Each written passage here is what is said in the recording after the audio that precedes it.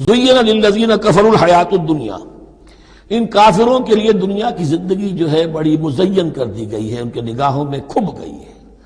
یہاں کی چمک دمک ہے، شان و شوکت ہے، لمبی لمبی کاریں ہوں، چمکیلی نئے ماڈل کی، بڑی اونچی اونچی بلڈنگیں ہوں، حویلیاں ہوں، اعلیٰ کوٹھیاں ہوں۔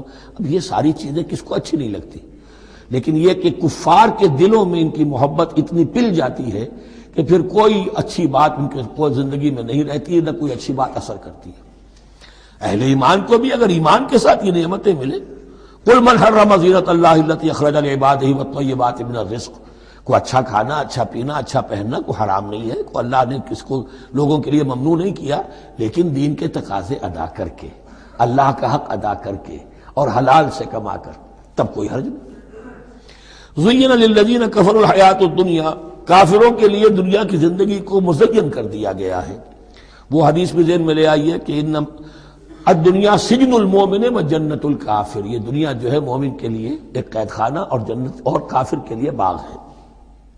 وَيَسْخَرُونَ مِنَ الَّذِينَ آمَنُوا، اور وہ مذاق اڑاتے ہیں اہل ایمان کا۔ دیکھو ان فینیٹکس کو، ان پاگلوں کو، ان بے وقوفوں کو۔ وَيَسْخَرُونَ مِنَ الَّذِينَ آمَنُوا وَالَّذِينَ اتَّقَوْا وَالَّذِينَ اتَّقَوْا فَوْقَهُمْ يَوْمَ الْقِيَامَةِ، اور جن لوگوں نے تقویٰ کی روش اختیار کی تھی، قیامت کے دن اب وہ ان کے اوپر ہوں گے۔ اور بلکہ ہمیں سورہ مطففین میں تو آگے چل کر پتہ چلے گا، پھر اہل ایمان ان کا مذاق اڑائیں گے۔